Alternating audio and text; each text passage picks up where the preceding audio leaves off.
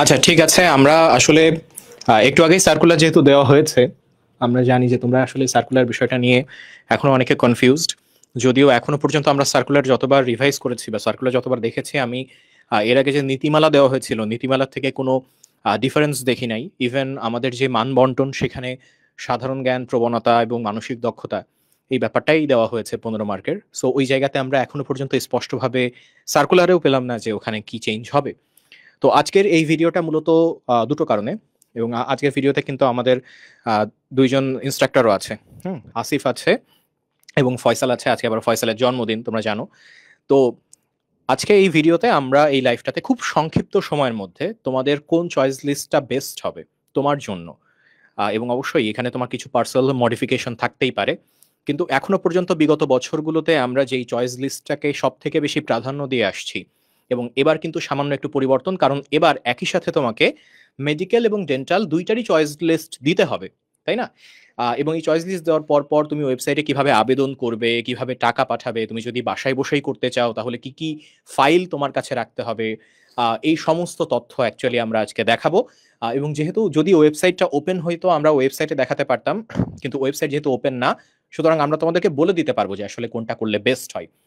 তারপর বাকি সিদ্ধান্ত তো অবশ্যই তোমাদের। সো বেশি সময় নষ্ট করবো না, তোমরা তোমাদের ফ্রেন্ডদেরকে একটু মেনশন দিয়ে দাও, যাতে আমরা লাইফটাই অন্যরা সবাই যাতে একসাথে শুরু করতে পারি আজকের এই লাইফটা অন্তত। আচ্ছা, একজন জিজ্ঞাসা করতেছে বায়োলজি অপশনাল থাকলে কোনো সমস্যা হবে কিনা। না, বায়োলজিতে অপশনাল থাকলে কোনো সমস্যা নাই, কিন্তু বায়োলজির একটা ন্যূনতম জিপিএ রিকোয়ারমেন্ট আছে। সেটা আগে ছিল 4.0, এখন 3.5 হয়েছে। 3.5 হয়েছে। সো ওইটা যদি থাকে তাহলে বায়োলজি অপশনাল হোক কি মেইন সাবজেক্ট হোক, এতে আসলে কোনো সমস্যা নেই। আচ্ছা, আমি একটু কথা বলি যে ফর্ম পূরণটা আসলে কতটা গুরুত্বপূর্ণ এবং তোমাদের আসলে কখন ফর্ম পূরণ করা উচিত, বা যে যে জায়গায় আছো, কে কোথায় পরীক্ষা দিবা, সেগুলো নিয়ে আমি ফার্স্ট একটু ব্রিফ কথা বলি। তো প্রথম পয়েন্ট হচ্ছে ফর্ম পূরণটা গুরুত্বপূর্ণ, তোমরা নিজেরাও এটা জানো। এবং এই ফর্ম পূরণটা তিন ভাবে করা যায়। আমরা সার্কুলার নিয়ে আসবো, সবকিছু নিয়ে আসবো। ফার্স্টে একটু ফর্ম পূরণ নিয়ে তোমাদের একটা প্রাথমিক আইডিয়া দিয়ে দিই, কারণ এখন অনেকে আসছো, অনেকে হয়তো কিছুক্ষণ পর নাও থাকতে পারো, এই জন্য সবচেয়ে গুরুত্বপূর্ণ কথাগুলো ফার্স্ট একটু বলে নিচ্ছি। তো ফর্ম পূরণের ক্ষেত্রে ফর্ম তিন ভাবে পূরণ করা যায়। একটা হচ্ছে বাসা থেকে, আর একটা হচ্ছে দোকান থেকে, আর একটা হচ্ছে, মানে একটা ব্যাপার বলি, আর একটা হচ্ছে তোমার কোচিং সেন্টার থেকে। তুমি যদি অফলাইন কোনো কোচিং সেন্টারে ভর্তি হও, সেই কোচিং সেন্টারও ফর্ম পূরণের দায়িত্ব নেয়। তবে প্রত্যেকটা জায়গায় কিছু মেরিট ডিমেরিট আছে। যেমন কোচিং সেন্টারে যদি দাও, সেখানে একটা কোচিং সেন্টারে প্রচুর স্টুডেন্ট থাকে এবং এক একটা ফর্ম টাইম নিয়ে পূরণ করতে হয়, একটা একটা করে পূরণ করতে হয়। ফলে তোমার সিরিয়াল যদি নিচের দিকে থাকে, তাহলে হতে পারে যে তুমি যে সেন্টারে পরীক্ষা দিতে যাচ্ছ, তোমার পছন্দের সেন্টারে তুমি এক্সাম দিতে হয়তো পারতেছো না। একটু বলি যে সবাই এক্সাম দিতে পারবা এমন কেউ হবে না। যে তুমি দেরিতে ফর্ম পূরণ করলা কিন্তু তুমি এক্সাম দিতে পারবা না। দেরিতে ফর্ম পূরণ করলে যেটা হতে পারে সর্বোচ্চ, যে তুমি হয়তো ঢাকার তেজগাঁও কলেজ সেন্টারে এক্সাম দিতে চেয়েছিলে, তোমাকে তো রাজশাহী যেতে হচ্ছে এক্সাম দিতে। জাস্ট এই একটা প্রবলেম। এর জন্য হচ্ছে আগামীকাল সবাই ফর্ম পূরণ করার চেষ্টা করবা। যদিও একটু বলে রাখি, আগামীকাল ফার্স্ট আওয়ারে হচ্ছে প্রচন্ড রকম জ্যাম থাকবে এবং ফার্স্ট আওয়ারে ফর্ম পূরণ করাটা বেশ খানিকটা ঝামেলার। তো কিন্তু আমি এতটুকু নিশ্চিতভাবে বলতে পারি, আগামীকালের মধ্যে তুমি যদি ফর্ম পূরণ করো, আগামীকাল দিনের মধ্যে তুমি যদি ফর্ম পূরণ করো, তাহলে কিন্তু তোমার কোনো সমস্যা নাই।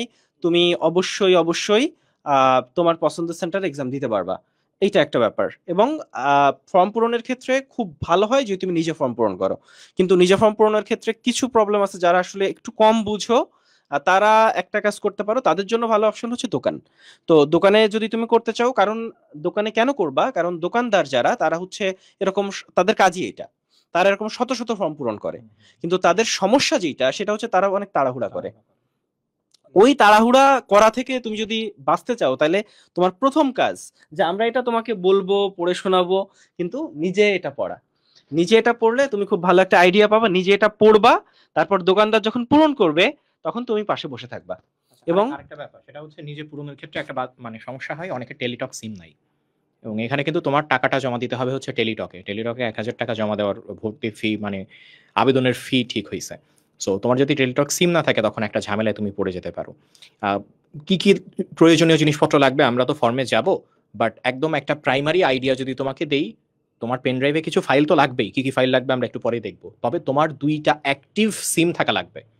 যেখানে যে কোনো টাইম যদি কোনো যোগাযোগ প্রয়োজন হয়, যে কোনো এসএমএস আসলে ওই সিম যেন তুমি ওই সিম থেকে তথ্য যেন তুমি কালেক্ট করতে পারো, কারণ তোমার আবেদন করবার পর যে ইউজার আইডি বা টাকা জমা দেওয়ার ব্যাপারটা এটা পুরোপুরি ওই সিমের উপর, ওই সিমেই সবকিছু মেসেজ আসবে। ইভেন তুমি 7 তারিখে, আগামী মাসের 7 তারিখ অর্থাৎ 7 ডিসেম্বর যখন প্রবেশপত্র কালেক্ট করবা, তোমাকে ওই সিমের মধ্য থেকেই কিন্তু সবকিছু কালেক্ট করে তারপর ওয়েবসাইটে ঢুকে প্রবেশপত্র কালেক্ট করতে হবে। সো যখন তুমি ওয়েবসাইটে ফর্ম মানে হচ্ছে ক্রিয়েট করতেছো নিজের একটা ইউজার প্রোফাইল, তখন ওই পাসওয়ার্ড মনে রাখা, আবার পরবর্তীতে ওইটা 7 তারিখে গিয়ে, এটা আমরা প্রচুর দেখছি, পাসওয়ার্ড মনে নাই, সে হচ্ছে ডাউনলোড করতে পারতেছে না। এদিকে আর মানে 21 নভেম্বর পর্যন্ত যেহেতু আমাদের সর্বশেষ টাইম আবেদন করার সময়ও নাই, সে পরীক্ষা দিতে পারে নাই। সো এই টাইমটা খুব সেন্সিটিভ, খুব বেশি তাড়াহুড়াও করা যাবে না, আবার খুব স্লো হওয়াও যাবে না, কারণ পড়াশোনায় তো ব্যাক করতে হবে, যতটুকু ন্যূনতম সময় নেওয়া যায় আমরা নেব। তোমাদের আরেকটা ব্যাপার একটু বলি, যে ঠিক গত বছর আমাদের একটা স্টুডেন্টের ক্ষেত্রে এরকম একটা কেস ঘটছিল। একটা দোকানে গিয়ে ও ফর্ম পূরণটা পূরণ করছে, পূরণ করে টাকাও দিয়ে দিছে, কিন্তু প্রবলেম হচ্ছে ওই দোকানদার টাকা জমা দেয় নাই। তো ও তো দেখে আসছে ওর ফর্ম পূরণ হয়েছে, কিন্তু যখন অ্যাডমিট কার্ডের টাইম আসছে তখন ওর অ্যাডমিট কার্ড আসতেছে না। তখনও টের পাইছে, আরে তাহলে ঝামেলা কি হইলো, তখনও টের পাইলো যে আমার তো টাকাই জমা দেওয়া হয় নাই। ফলে এখন কিন্তু আর টাকা জমা দেওয়ার সময়ও নাই। যখন অ্যাডমিট কার্ড ডাউনলোড করা যায় যে তারিখ থেকে, সম্ভবত 7 তারিখ থেকে, তখন কিন্তু টাকা জমা দেওয়ার সময় থাকে না। এই জন্য তোমার ফর্মটা ঠিকঠাক পূরণ হয়েছে কিনা পুরো প্রসিডিউরটা একটু মনোযোগ দিয়ে আজকে শুনবা। রাইট। আচ্ছা, একটু বলে রাখি যে গতবার কিন্তু আসিফ এবং ফয়সাল ও হচ্ছে জাতীয় মধ্যে 23তম ছিল, জাতীয় মধ্যে 95তম। আসিফ কিন্তু সেকেন্ড টাইমার। দুইজনই আমাদের স্টুডেন্ট ছিল, এখন আমাদের ইনস্ট্রাক্টর প্যানেলের সদস্য, এবং ঠিক গত বছরই কিন্তু ওরা ফর্ম পূরণ করছে, এক্সাম দিছে এবং খুব ভালো করছে মেডিকেলে। ফলে ওদের থেকেও আমরা শুনবো আসলে যে কোন ভুলগুলো আসলে হতে পারে বা ওরা কিভাবে পূরণ করছে সেই জায়গাগুলো। আমরা মনে হয় একটু সার্কুলারে যাই, যে সার্কুলারে আসলে এর আগে আমরা নীতিমালা দেখছি। তো আমি পড়ে দেখছিলাম যে নীতিমালার সাথে সার্কুলারের কিন্তু মেজর কোনো ডিফারেন্স নাই, কোনো ডিফারেন্সই আসলে নাই। নীতিমালায় যা ছিল সার্কুলারে আসলে সেই জিনিসগুলো আসলে আমরা দেখতে পাচ্ছি। আচ্ছা, তো একই কথাগুলো অ্যাকচুয়ালি বলছে যে 25-26 এর ক্ষেত্রে 22 সালের পূর্বে কেউ অ্যাকচুয়ালি পরীক্ষা দিতে পারবে না, অর্থাৎ 24 এবং 25 এই দুইটা এইচএসসি যারা এই এইচএসসি 24 এবং 25 অ্যাকচুয়ালি এখানে পরীক্ষা দিতে পারছে। এবং স্বাভাবিকভাবেই যে যে বিভাগগুলো ছিল ফিজিক্স কেমিস্ট্রি বায়োলজি এবং তার সাথে জিকে এবং ইংরেজি, এটাই থাকছে। জিকের সাথে নতুন একটা পার্ট যুক্ত হয়েছে যেটাকে আমরা প্রবণতা বা মানসিক দক্ষতা এই অংশটা বলছি। এবং তোমরা অনেকে জিজ্ঞাসা করছো অলরেডি যে ভাই ইন্টারন্যাশনাল কি করব। দেখো, ইন্টারন্যাশনাল নিয়ে কিচ্ছু বলে নাই, ইন্টারন্যাশনাল নিয়ে কিচ্ছু বলে নাই, জাস্ট বলছে জিকে। দেখো, এখানে বলছে জাস্ট সাধারণ জ্ঞান। এখন তুমি যদি ভাবো যে ভাই সাধারণ জ্ঞান বলছে আমি দেশি টপিক পড়ে যাব, পরীক্ষায় চলে আসলো আন্তর্জাতিক, কিছু করার আছে তোমার? So, তোমাকে সব থেকে ওর্স্ট সিচুয়েশনের জন্য প্রিপেয়ার করে পরীক্ষা হলে যাইতে হবে। এখানে তোমার কিছু বাদ দেওয়ার সুযোগ নাই যে ভাই আমি আন্তর্জাতিক পড়ে যাব না, বলে নাই তো আন্তর্জাতিক। এখন যদি দিয়ে দেয় কি করবা? বাংলাদেশ বলছে, কিছু বলছে? যখন আমি বলে দিব যে তোমার জিকে থেকে আমি প্রশ্ন করব, আমার পুরা ওয়ার্ড, আমার লিমিট হচ্ছে এই পৃথিবী, বা পৃথিবীর বাইরেও চলে যাওয়া যায়। সো আলটিমেটলি জিকেতে যেহেতু কিছু বলে না, আগে বলে দিত ব্যাপারটা ভালো ছিল। কোনো কিছু না বলাটা আসলে ভালো না, বুঝছো? তো বলে নাই, ফলে তুমি ধরে নাও যে, তবে একটা ব্যাপার আছে যে কিছু প্রশ্ন সহজ হয়, কিছু প্রশ্ন হয়তো কঠিন হয়। সহজ প্রশ্নগুলো আমরা সবাই পারবো। সেই সহজ প্রশ্নগুলো আবার কিছু কমন প্রশ্ন হয় বিভিন্ন পরীক্ষায় আসা প্রশ্ন, বিসিএস আসা প্রশ্ন, ভার্সিটিতে আসা প্রশ্ন, তারপর হচ্ছে মেডিকেলে ডেন্টালে বিগত বছরে আসছে সেই রকম প্রশ্ন কমন চলে আসে। সেইগুলো এনশিওর করতে হবে। এর বাইরে হচ্ছে আমরা গুরুত্বপূর্ণ যে টপিকগুলো বিগত বছরে চলে আসছে, যেগুলো পড়ছি, সেগুলাই পড়ে যাব।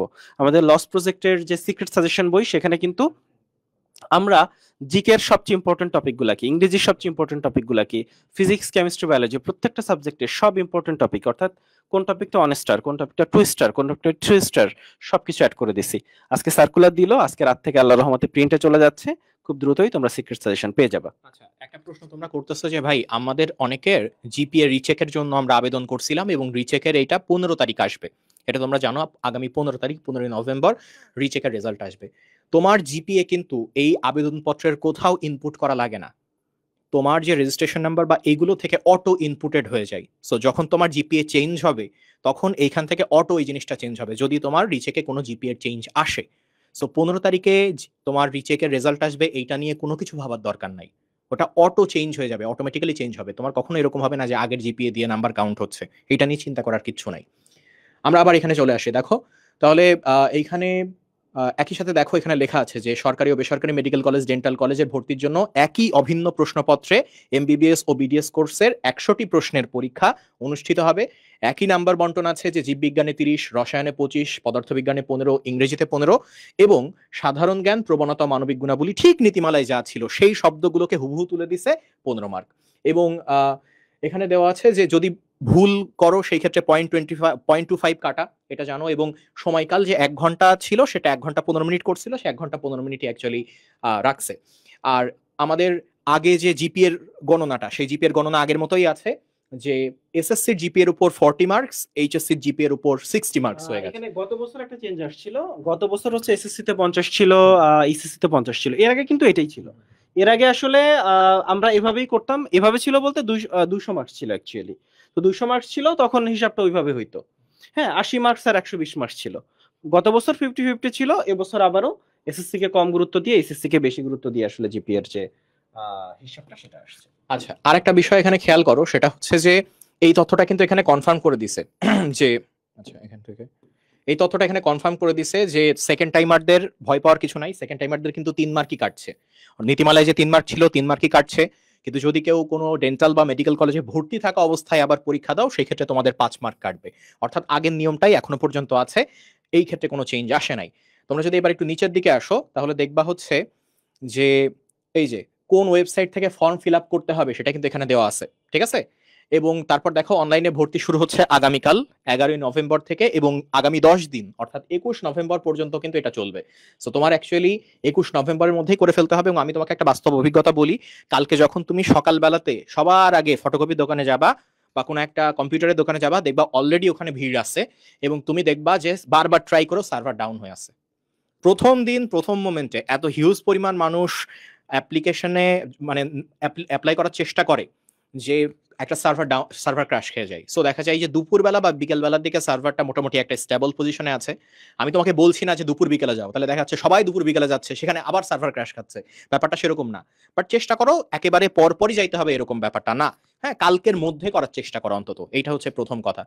দ্বিতীয় ব্যাপারটা হচ্ছে যে অনেকের ক্ষেত্রে যেটা হয়, তোমার বাসার কাছের যে সেন্টার সেখানে তুমি পরীক্ষা দিতে চাচ্ছ, কিন্তু ওই centre already form fill up হয়ে দেখাচ্ছে ওখানে জায়গা নাই, তখন বাধ্য হয়ে তোমাকে কিন্তু দূরের সেন্টারে পরীক্ষা দিতে হইতে পারে। সো সেই জন্য পরে করব, পরে দেখা যাবে, গা লাগাচ্ছি না, এরকম ভাব নিও না। 10 দিন আছে বলে তোমাকে যে 2-3 দিন পরে করতে হবে এরকম না, কালকের মধ্যেই করার চেষ্টা করো। যারা সিরিয়াস তারা অ্যাকচুয়ালি কালকের মধ্যেই করবে।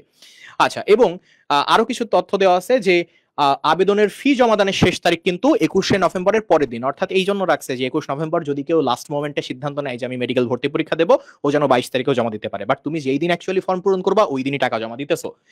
এবং তুমি প্রবেশপত্র পাচ্ছ কিন্তু 7 তারিখে, অর্থাৎ 7ই ডিসেম্বর।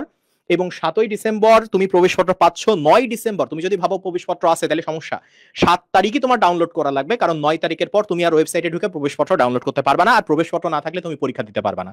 সো তোমাকে 7 তারিখে প্রবেশপত্র পাওয়ার পর 9 তারিখের মধ্যে ডাউনলোড করতে হবে। আমি বলবো তুমি 7 তারিখেই ডাউনলোড করবা। ওকে, এবং ভর্তি পরীক্ষার তারিখও চেঞ্জ হয় নাই, 12 ডিসেম্বরে কিন্তু আমাদের ভর্তি পরীক্ষা। তাহলে প্রথম পৃষ্ঠায় এই তথ্যগুলোই আছে। আমরা যদি দ্বিতীয় পৃষ্ঠায় যাই, এইবার আমাদের মূল বিষয়গুলো দেওয়া আছে এখানে। ভাই একটু দেখেন। আচ্ছা, এখানে একটু বলি, তোমাদের দুইটা ঝামেলা আছে। ঝামেলাটা হচ্ছে, একটা হচ্ছে সেন্টার, যেই সেন্টারে এক্সাম দিতে চাইতে হয়, ঠিক আছে। আর একটা জিনিস আছে মেডিকেল কলেজ, মানে যেখানে তুমি পড়তে চাও। একটা হচ্ছে চান্স পাওয়ার পর একটা প্রতিষ্ঠানে তুমি পড়বা, সেইটা একটা। আর একটা হচ্ছে মেডিকেল কলেজের ভর্তি পরীক্ষা দিতে যাবা একটা জায়গায়। হ্যাঁ, ভর্তি পরীক্ষা যেখানে দিতে যাবা এখানে একটু আচ্ছা এখানে একটু ইয়া করা যায় না? হ্যাঁ, ঠিক আছে। তো সরকারি মেডিকেল কলেজ গুলার নাম এবং কলেজ ভিত্তিক আসন সংখ্যা, তো আসন সংখ্যা সামান্য একটু কমছে, সম্ভবত 250 থেকে 300 এর মতো আসন সংখ্যা কমছে। হ্যাঁ, তো এখনো 5100, ফলে this is not a big deal এবং এটা তোমাদের ভালোর জন্যই করা হয়েছে। তোমরা যখন চান্স পাবা তখন এটার মর্ম বুঝবা, ঠিক আছে। আচ্ছা, তো অনেকে জিজ্ঞেস করছো যে ভাই চয়েস লিস্ট দিবেন কিনা। আমরা আসলে চয়েস লিস্ট দিব, আমরা একটু পরে আসতেছি। আমরা তোমাদের এখনই ফুল চয়েস লিস্ট দেখাই দিব, ঠিক আছে। এবং মুগদা নিয়ে একটা বিশাল কন্ট্রোভার্সি আছে, সেটাও আমরা আসলে ক্লিয়ার করার চেষ্টা করব। আমরা আসলে আসিফ এবং ফয়সালের থেকেও শুনবো যে ওরা আসলে মুগদাকে কি করছিল। তো আমরা মনে হয় একটু নেক্সট পেজে এখানে একটু বলি যে সিট সংখ্যা যেটা দেখো, সিট সংখ্যা হচ্ছে 250 করা হয়েছে, 250 করা হয়েছিল গত বছর, কিন্তু এখন হচ্ছে ওরা ডিএমসি তে আছে। আচ্ছা, ফয়সাল আর আসিফ আসো, আমরা একটু বলো যে 250টা সিট ছিল এর আগে, এখন 225টা আছে। তো এটা আসলে ভালো হয়েছে না খারাপ হয়েছে, বা এটা আসলে করার কারণ কি হতে পারে? এখন যারা দেখা যাচ্ছে তোমাদের লেভেলে যারা আছো, তারা চিন্তা করবা যে 25টা কমে গেছে, এটা মানে অনেক বড় একটা ইস্যু আসলে। এই যে 300টা সিট যে কমে গেল, 250টা সিট যে কমে গেল, কিন্তু আসলে যারা চান্স পাওয়া পরে, আমরা দেখো আমাদের লেকচার গ্যালারিতে আমরা কিন্তু সবাই বসতে পারি না। আমাদেরকে আমাদের সিঁড়িতে হচ্ছে মানে এক্সট্রা প্লাস্টিকের চেয়ার ক্যারি করে নিয়ে এসে তারপর সেটা সেট করে ওখানে ব্যাগ রেখে ওইভাবে আমাদের বসা লাগে। মানে আমাদের 250 জনের কিন্তু সিট ক্যাপাবিলিটি নাই। তো এই যে 225 জনেরও আসলে নাই, বাট স্টিল যেহেতু আমাদের মানে ডাক্তার বানাইতে হবে দেশে, তো সেই ক্ষেত্রে দেখা যাচ্ছে যে আমাদের সিটটা কমাইতেও হবে, আবার আসলে কমাতেও পারতেছি না। এই জন্য এই মিনিমাল একটা সংখ্যা আসলে কমানো হয়েছে। এটা তোমাদের ভালোর জন্যই করা হয়েছে। এটা আসলে তোমরা যারা আসবা দেখা যাচ্ছে ওই তখন জিনিসটা রিয়েলাইজ করবা। আর হচ্ছে সেন্টারের যে ব্যাপারটা, ওইটা নিয়ে আমি একটু বলি। সেন্টারও কিন্তু চয়েস দিতে হয়। মানে তুমি কোন সেন্টারে পরীক্ষা দিবা এই কলেজ কোড অনুযায়ী ওই জিনিসটা চয়েস দিতে হবে। দেখা যাচ্ছে যে তুমি যদি রাজশাহীর মানুষ হয়ে থাকো তাহলে সবার আগে তুমি 13 লিখবা, মানে এসএমএস এ দিতে হয়, এসএমএস ফরম্যাটটা দেখানো হবে, শেখানো হবে, সমস্যা নাই। ওই এসএমএস ফরম্যাটে তোমার ওখানে সেন্টার মানে কোড 3টা দিতে হয়। যে তুমি রাজশাহী দিবা, তারপর বগুড়া দিবা, যেহেতু এগুলো আশেপাশে। রাজশাহীর মধ্যে আবার দেখা যাচ্ছে 7-8টা সেন্টার ফেলবে। তো তুমি যখন রাজশাহী মেডিকেল কলেজ নিজের সেন্টার হিসেবে দিবা, তখন এই 7-8টার মধ্যে তোমাকে সার্কুলেট করে দিবে আর কি, যদি 7-8টার মধ্যে জায়গা থাকে। তারপর রাজশাহী যদি না থাকে তখন তোমার সেকেন্ড সেন্টার চয়েসে চলে যাবে। তো এই জন্য তুমি যত আগে আর কি আবেদনটা করবা, তোমার ফার্স্ট সেন্টার চয়েসে তুমি ধরো দিতে পারতেছো। তুমি রাজশাহীর মানুষ, তুমি রাজশাহীর একটা সেন্টারে দিয়ে দিবে, একটা স্কুলে বা রাজশাহী মেডিকেল কলেজেও এক্সাম হয়। তো সেই ক্ষেত্রে আবার যদি তোমার ধরো দেরিতে এক্সাম, মানে দেরিতে তুমি অ্যাপ্লিকেশন করছো, তখন তোমার পরের সেন্টার চয়েসে চলে যাবে। তোমাকে দেখা যাচ্ছে বগুড়া যাওয়া লাগছে এক্সাম দেওয়ার জন্য, রংপুর যাওয়া লাগছে এক্সাম দেওয়ার জন্য। তো এটাই আর কি, সেন্টার চয়েস দেওয়া যায়। আর সেন্টার চয়েস আর মেডিকেল চয়েস সেম না। মানে মেডিকেল চয়েস তুমি দেখা যাচ্ছে 11 তো এক নম্বরে দিবা, সেন্টার চয়েস 3টা দিতে হয়। দেখা যাচ্ছে রাজশাহীর মানুষ রাজশাহী, বগুড়া, রংপুর দিল, মানে আমি তো বাকিগুলোর আশেপাশে চিনি না, তাই আমি রাজশাহী বলতেছি আর কি। যখন মেডিকেল চয়েস দিবা তোমাকে প্রত্যেকটা মেডিকেল চয়েস দিতে হবে, তুমি কোনটা হ্যাঁ, মেডিকেল চয়েস প্রত্যেকটা দিতে হবে। আর সবাই দেখা যাচ্ছে ঢাকা মেডিকেল তো 1 নম্বরে দিবাই, তো ওইটা চয়েসটাই মানে ওয়েবসাইটই হবে, মানে অ্যাপ্লিকেশন ফর্মের মধ্যে চয়েস লিস্ট হবে। দেখা যাচ্ছে 11 আমি 1 নম্বরে দিলাম, তারপরে 2 নম্বরে আমি সলিমুল্লাহ দিলাম। কিন্তু যেই সেন্টার চয়েসটা আমার এসএমএস এ দিব, মানে এটা ওয়েবসাইটে না। এই জিনিসটা তোমরা মানে বুঝতে পারবা, সার্কুলার পরে বুঝতে না পারলেও এসএমএস এর ওই ফরম্যাটটা যখন বোঝানো হবে তখন বোঝা যাবে। আচ্ছা ঠিক আছে, তাহলে আমরা এর পরেরটা আচ্ছা, এখানে একটা ব্যাপার একটু আমি ক্লিয়ার করে রাখি, সেটা হচ্ছে সেন্টার আর ভেন্যু কিন্তু এক না। অর্থাৎ একটা সেন্টারের আন্ডারে কয়েকটা ভেন্যু থাকতে পারে। হ্যাঁ, বেশ কিছু ভেন্যু থাকতে পারে। এইটা লেখা থাকবে তোমার যে আবেদনপত্র সেখানে। অর্থাৎ সেখানে ধরো তোমার সেন্টার হচ্ছে স্যার সলিমুল্লাহ মেডিকেল কলেজ, ঠিক আছে, বা তোমার সেন্টার হচ্ছে মুগদা মেডিকেল কলেজ, রাইট। তো মুগদা মেডিকেল কলেজ যে সেন্টার, সেটার ভেন্যু পড়তে পারে আইডিয়াল কলেজে, সেটার ভেন্যু পড়তে পারে আশেপাশে কোনো কলেজে। এখন তুমি যদি সেন্টারে চলে যাও, ধরো পরীক্ষার আধা ঘন্টা আগে তুমি মুগদা মেডিকেল কলেজে যে পৌঁছাইলা, সেন্টারে পৌঁছাইলা, তুমি কিন্তু ওইখান থেকে দেখালে আইডিয়াল কলেজে ওই সময় জ্যাম থাকে, তুমি পৌঁছাই পারবা না এবং তুমি এক্সামও দিতে পারবা না। ফলে আমি রিপিট করতেছি যে ভেন্যুতে এক্সাম হবে। প্রত্যেকবার এই ভুল করে স্টুডেন্ট, প্রত্যেকবার। এবং ওই যে বাইক, তোমরা শুনছো না, দেখছো না, বাইক নিয়ে পৌঁছায় দিচ্ছে, রাইট। সেন্টার হয় মেডিকেল কলেজ। যেমন ধরো ফয়সাল যখন ভেন্যু ঠিক করছিল, ও কিন্তু রাজশাহী ভেন্যু ঠিক করছিল, তাই না? রাজশাহী মেডিকেল কলেজ ঠিক করছিল সেন্টার হিসেবে, কিন্তু ওর ভেন্যুটা ছিল কোথায়? ক্যান পাবলিক স্কুল, যেটা রাজশাহীতে। এখন সেন্টার মানে কোন ভেন্যু, এটা অ্যাডমিট কার্ড পাওয়ার আগে কিন্তু জানা যায় না। মানে ভেন্যুটা অ্যাডমিট কার্ডে লেখা থাকে যে ভেন্যু হচ্ছে এটা, আবার সেন্টারও লেখা থাকে centre Rajshahi medical college, venue হচ্ছে Cantt public school and college. আমিও ফার্স্টে একটু কনফিউজ হয়ে গেছিলাম যে কি সেন্টারে যাবো না ভেন্যুতে যাবো, দুইটা তো আলাদা। আসিফের কি ছিল? আসিফ বলে যাও। আমি পরীক্ষা দিয়েছিলাম রংপুর সেন্টারে। রংপুরে দুইটা ভেন্যু ছিল, একটা ছিল রংপুর মেডিকেল কলেজ আর একটা রংপুর ক্যান্ট ছিল। তো আমি শুরুর দিকেই করছিলাম, তো রংপুর মেডিকেলেই আসছিল, আমার ভেন্যুটা রংপুর মেডিকেলেই ছিল। এই জিনিসটা খেয়াল রাখবা যে অ্যাকচুয়ালি তুমি ভেন্যুতে পরীক্ষা দিতে যাচ্ছ, সেন্টার তোমার হ্যাঁ যেটা যে এলাকা ঠিক করছো সেটাই, বাট তোমার ভেন্যুটা যেন ঠিক থাকে, ভেন্যুতে যেন পরীক্ষা দিতে যাও।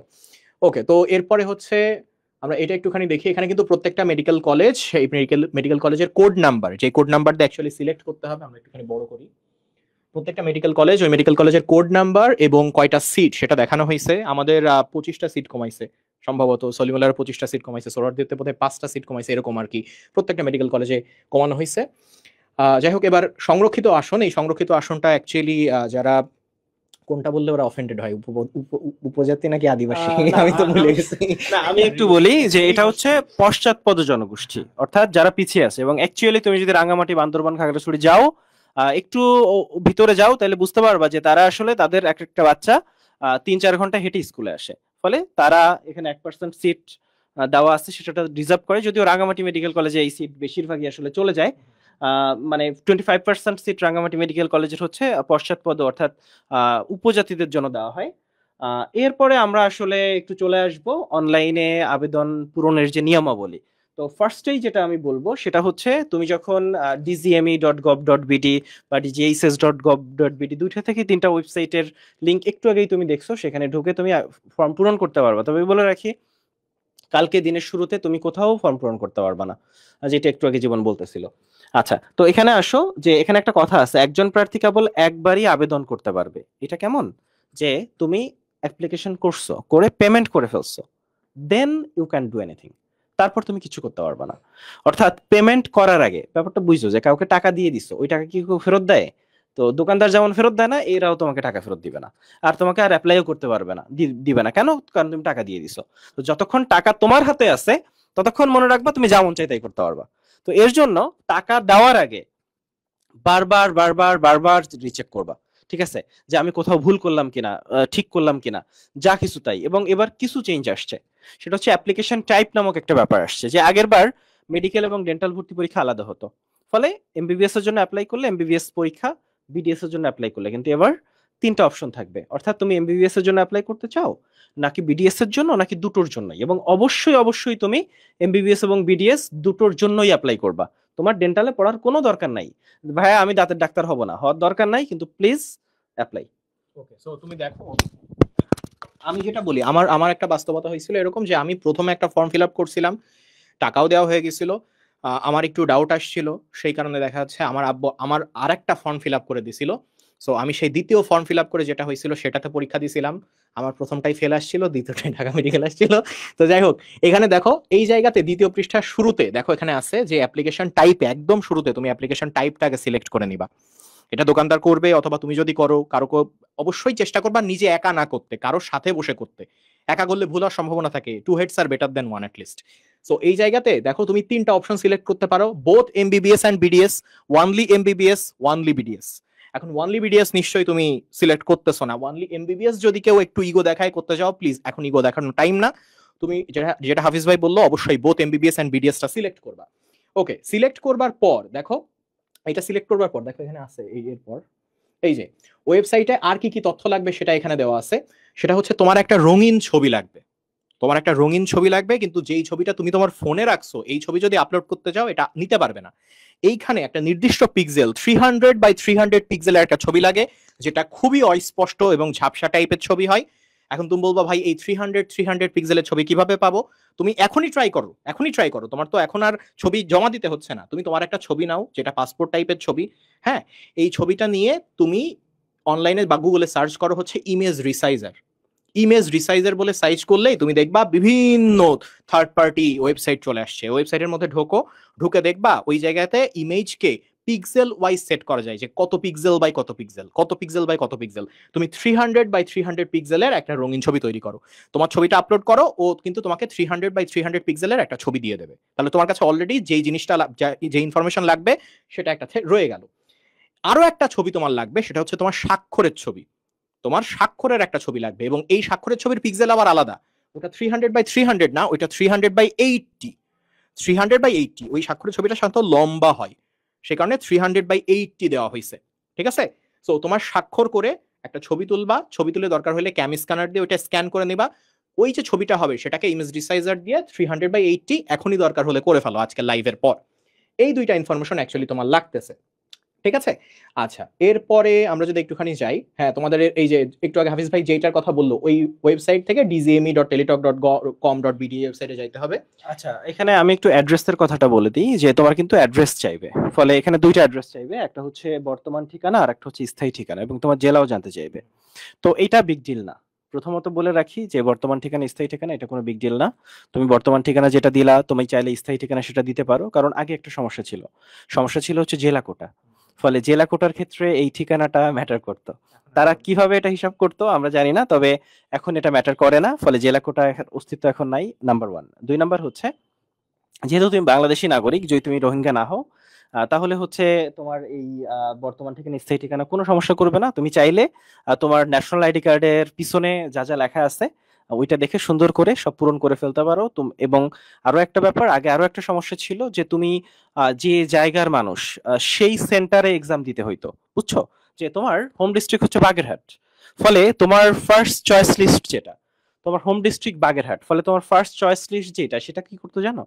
সেটা করতে হচ্ছে খুলনা, অর্থাৎ তোমাকে না পাইলেই খুলনা দিয়ে দিত, কিন্তু এখন কিন্তু ব্যাপারটা এরকম নাই। এখন যেটা আছে সেটা হচ্ছে তুমি যে কোনো চয়েস লিস্ট, অর্থাৎ তুমি সেন্টার চয়েস দিবা হচ্ছে চারটা, তিনটা বা চারটা, আই ডোন্ট নো, আমরা পড়লেই বুঝতে পারবো। তো তিনটা বা চারটা সেন্টার তুমি চয়েস দিবা, এবং অবশ্যই একটা সেন্টার চয়েস দিবা না। ডোন্ট ডু দ্যাট, মানে এই ভুলটা, কিছু মারাত্মক ভুল তোমরা করো। তার একটা হচ্ছে সেন্টার চয়েস একটা দিয়ে, যে আমি ঢাকা মেডিকেল কলেজ আমার সেন্টার চয়েস, আমি ঢাকা মেডিকেল কলেজে পড়তে চাই, তাইলে আমার সেন্টারও ঢাকা মেডিকেল কলেজে হইতে হবে, নাহলে আমি পরীক্ষাই দিব না। তো যেটা হচ্ছে আহ, না, চাইলে একটা দেওয়া যায়, কিন্তু তোমাকে সবগুলা সেন্টার চয়েস অবশ্যই দিবা, নাম্বার ওয়ান। দুই নাম্বার হচ্ছে ঠিকানা নিয়ে প্যানিক খাওয়ার কিছু নাই। আরেকটা ব্যাপার, ছবি নিয়ে একটু কথা বলি, সেটা হচ্ছে তোমাকে রঙিন ছবি দিতে বলা হয়েছে। এখন রঙিন ছবি মানে সানগ্লাস পরা ছবি না, সানগ্লাস পরে বা রঙিন ড্রেস ট্রেস এরকম না, নর্মালি পাসপোর্ট সাইজের ছবি তোমরা দেখছো। তবে এখানে এরকম বাধ্যবাধকতাও কিন্তু নাই যে তোমাকে কান দেখিয়ে ছবি তুলতে হবে, এরকম বাধ্যবাধকতা নাই, বাট চেষ্টা করবে একটা ডিসেন্ট ছবি দেওয়া। রাইট, অনেকে বলে যে সাদা ব্যাকগ্রাউন্ড, কালো ব্যাকগ্রাউন্ড, এগুলো আসলে কোনো ইস্যু না। তোমার একটা ছবি, যেই ছবিটা দেখে তোমাকে চেনা যায়, ঠিক আছে, এটা তুমি মেডিকেল ভর্তি পরীক্ষার হলে গেলে তোমার অ্যাপ্লিকেশনে ওই ছবিটা থাকবে, যেন দুইটা মানুষ দেখে বোঝা যায় যে এটা তুমি, এতটুকুই, এর বাইরে কিছু না। ফিল্টার মাইরো না। রাইট। আচ্ছা, আচ্ছা, একজন ইউটিউবে লিখতেছে, ভাই আপনাদের কত টাকা লাগবে, কোনো লিংক আছে কিনা বলেন, টাকা যা লাগবে আপনাদের দেবো, উপর মহলে কোনো হাত আছে কিনা। দেখো, আমাদের যদি উপর মহলে হাত থাকতো, আমাদেরকে তুমি লাইভে দেখতে না, বুঝছো। আমি ধরো মনে করো গাড়ি থেকে বেরোইতাম, গাড়িতে ভেতরে ভেতরে থেকে লাইভ করতাম, এত টাকা হইতো। এখন উপর মহলে যদি তোমার কোনো লিংক পাও আমাদের একটু জানাও, আমাদেরও লাগবে। আচ্ছা দেখো, তাইলে তোমরা তাহলে প্রয়োজনীয় জিনিসপত্র কি সেটা বুঝতে পারলা, কি সিলেক্ট করতে হবে সেটাও বুঝতে পারলা। এরপর কিন্তু এই যে তোমার যেটা লাগবে, তোমার জিপিএ লাগবে না, তোমার সার্টিফিকেট লাগবে না, কিন্তু তোমার যেটা লাগবে সেটা এখানে দেওয়া আছে, সেটা হচ্ছে এসএসসি এবং এইচএসসি ডাটা ভেরিফিকেশন একটা পার্ট আসে, যে তুমি আসলেই এসএসসি এবং এইচএসসি যে দিয়েছো, তুমি যে আসলে এই পরীক্ষা দেওয়ার জন্য যোগ্য, সেটা সেটার প্রমাণ দেওয়ার জন্য তোমার কিন্তু এই দুইটা রোল নাম্বার এবং রেজিস্ট্রেশন নাম্বার লাগবে। শুধু তাই না, তুমি কোন বোর্ডের আন্ডারে দিয়েছো, কত সালে এইচএসসি দিয়েছো, সেটা ওই জায়গাতে জাস্ট ড্রপ ডাউন একটা বক্স থাকে, সেখান থেকে বোর্ড সিলেক্ট করতে হয়, এআর সিলেক্ট করতে হয়, এইচএসসি সিলেক্ট করতে হয়, এইচএসসির রোল নাম্বার রেজিস্ট্রেশন নাম্বার, এসএসসির রোল নাম্বার রেজিস্ট্রেশন নাম্বার, এটা জাস্ট লিখতে হয়। ও অটো ইনপুট নিয়ে নেবে, ওর কাছে ইনফরমেশন আছে অ্যাকচুয়ালি তোমার জিপিএ কত, ঠিক আছে। আচ্ছা, এরপরে দেখো নিচের দিকে যদি আসো, এরপর এখানে একটা ছক আছে, সেটা হচ্ছে যে যারা পশ্চাৎপদ জনগোষ্ঠী, তাদের ক্ষেত্রে কিছু কিছু কোটা আছে, যেমন এই যে রাঙামাটির, তারপর খাগড়াছড়ি, হ্যাঁ, বান্দরবন, তাদের ক্ষেত্রে কিছু কিছু কোড আছে, যেই কোডটা তারা অ্যাকচুয়ালি ইউজ করতে পারে, কারণ ওদের একটা বিশেষ সুবিধা হচ্ছে ওরা জিপিএ 8 পাইলেও পরীক্ষা দিতে পারে, যেখানে নর্মাল অবস্থায় জিপিএ 8.5-এ সাধারণ একজন শিক্ষার্থী পরীক্ষা দেয়। ওকে, এরপর নিচের দিকে আমরা আসি, দেখো এইবার ভেরিফিকেশন পার্টে নেক্সট ক্লিক করার পর এইবার তোমার নাম দেওয়া লাগবে, তোমার বাবার নাম দেওয়া লাগবে, মায়ের নাম দেওয়া লাগবে, জন্ম তারিখ দেওয়া লাগবে, জেন্ডার দেওয়া লাগবে, ন্যাশনালিটি দেওয়া লাগবে, ঠিক আছে। আচ্ছা, এই যে যাদের ক্ষেত্রে দেখো অনেকে আছে না যারা ও লেভেল এবং এ লেভেলে পড়তেছে, তাদের ক্ষেত্রে তো এসএসসি এইচএসসি নাই, সো তাদের ক্ষেত্রে জিসিই ভেরিফিকেশন আছে। এই জিসিই ভেরিফিকেশনে তারা গিয়ে কিন্তু ও লেভেল এবং এ লেভেলের যে ভেরিফিকেশন, সেই ভেরিফিকেশনটা করতে পারবে। আচ্ছা, তারপর নিচের দিকে আসি আমরা, এরপর হচ্ছে না, এইভাবে আর কিছু নাই, এই অংশটা প্রয়োজন পড়তেছে না। এইবার নিচের দিকে আসি, এই যে যদি তোমাদের কেউ বিগত বছরে কোনো মেডিকেল কলেজ বা ডেন্টাল কলেজে ভর্তি থাকো, তাহলে সেই মেডিকেল কলেজ বা ডেন্টাল কলেজের তথ্য এই জায়গাতে দেওয়া লাগবে। এখন তুমি ভাবছো যে আমি তথ্য দেবো না, তাতে কি হবে, আমার 5 মার্ক কাটা যাবেই না, তুমি চান্স পাইলা, তোমার ভর্তি বাতিল হয়ে যাবে, কারণ ওদের কাছে সব ইনফরমেশন আছে যে তুমি কোথাও ভর্তি আসো কি নাই, বুঝছো। সো কোনো মেডিকেল কলেজ বা ডেন্টাল কলেজে যদি তুমি ভর্তি থাকো, সেই ইনফরমেশনটা এই জায়গাতে দেওয়া লাগবে। আচ্ছা, এরপর হচ্ছে এর আরেকটা তথ্য নাই, এটা অদ্ভুত একটা তথ্য, সেটা হচ্ছে পিতা এবং মাতার বাৎসরিক আয় নাই। এই জিনিস দিয়ে ওরা কি করে আল্লাহ জানে, কিন্তু তারপর এটা নাই, বাৎসরিক আয় এখানে সিলেক্ট করতে হবে। এবং তারপর হাফিজ ভাই যেটা বললো, স্থায়ী ঠিকানা এবং বর্তমান ঠিকানা দাও, তোমার বর্তমান ঠিকানা ঢাকা, ঢাকা দাও, স্থায়ী ঠিকানা যেটা স্থায়ী ঠিকানাটাই দাও, বা দরকার হইলে দুইটাই স্থায়ী ঠিকানা দাও, কোনো সমস্যা নাই। হ্যাঁ, তাহলে প্রেজেন্ট অ্যাড্রেস এবং পার্মানেন্ট অ্যাড্রেস দিলা। এরপর অ্যাকচুয়ালি তোমাকে একটা ফোন নাম্বার দিতে হবে, বাংলাদেশের ফোন নাম্বার যে 11 ডিজিটের হয়, 11 ডিজিটের একটা ফোন নাম্বার দিতে হবে। এবং প্লিজ আল্লাহর ওয়াস্তে তুমি এমন ফোন নাম্বার দিও না যেই ফোন নাম্বার সম্পর্কে আজ রাতে তুমি নিশ্চিত না যে এই ফোন নাম্বারটা সবসময় আমার কাছে থাকবে। তুমি একটা অ্যাক্টিভ ফোন নাম্বার দাও, কারণ তোমার ইউজার আইডি আসবে এই ফোন নাম্বারে, তোমার প্রবেশপত্র আসবে এই ফোন নাম্বারে, তোমার সমস্ত ইনফরমেশন আসবে এই ফোন নাম্বারে। সো এই ফোন নাম্বারটা যেন সবসময় অ্যাক্টিভ থাকে, এই ফোন নাম্বারটা যেন সবসময় তোমার কাছে থাকে, এইটা এনশিওর করবা। সেই ফোন নাম্বারটা তুমি এই জায়গাতে দিবা, এবং এই ফোন নাম্বারের গুরুত্বকে এখানে দেখো লিখে দিচ্ছে যে টাকা জমা দেওয়ার পর মোবাইলে ইউজার আইডি, পাসওয়ার্ড, তোমার কোন কেন্দ্রে পরীক্ষা, সেন্টার না কিন্তু, কোন ভেন্যুতে কোন জায়গাতে অ্যাকচুয়ালি পরীক্ষা, সেটাই এই জায়গাতে এসএমএস এর মাধ্যমে আসবে। দ্বিতীয় আরেকটা ফোন নাম্বার দেওয়ার সুযোগ আছে ইনকেস প্রথম ফোন নাম্বারটা হারিয়ে যায়। তুমি যদি দ্বিতীয় ফোন নাম্বার দাও, তোমার মনে রাখতে হবে প্রথম ফোন নাম্বারই তোমার সবকিছু, কারণ ওদের এত প্যারা নাই যে তুমি প্রথম ফোন নাম্বার হারাই ফেলছো তারপর তোমার যোগাযোগ করে দ্বিতীয় ফোন নাম্বারে তোমায় কিছু পাঠাবে। দ্বিতীয় ফোন নাম্বারটা দিবা, কিন্তু দ্বিতীয় ফোন নাম্বার আসলে কোনো কাজের না। ফলে প্রথম ফোন নাম্বারই তোমার সবকিছু, এবং এমন একটা নাম্বার যে নাম্বারটা যদি হারায় যায় তুমি তুলতে পারো। কারণ আমরা এর আগে দেখছি যে ফোন চুরি হয়ে গেছে, ওই নাম্বার আর সে তুলতেও পারতেছে না, যার জন্য তার এই যে দেখো খেয়াল করো ইউজার আইডি পাসওয়ার্ড, এটা কেন গুরুত্বপূর্ণ আমি বলি, টাকা দেওয়ার পরে কিন্তু ইউজার আইডি পাসওয়ার্ড আসবে। ফলে যদি কোনো কারণে টাকা জমা না হয় বা দোকানদার তোমার সাথে চিট করলো, টাকা জমা দিল না, তখন কিন্তু তোমার ইউজার আইডি পাসওয়ার্ড আসবে না। ফলে তুমি এনশিওর করবা যে তোমার ইউজার আইডি পাসওয়ার্ড আসছে। যদি না আসে মনে রাখবা তোমার টাকা জমা হয় নাই।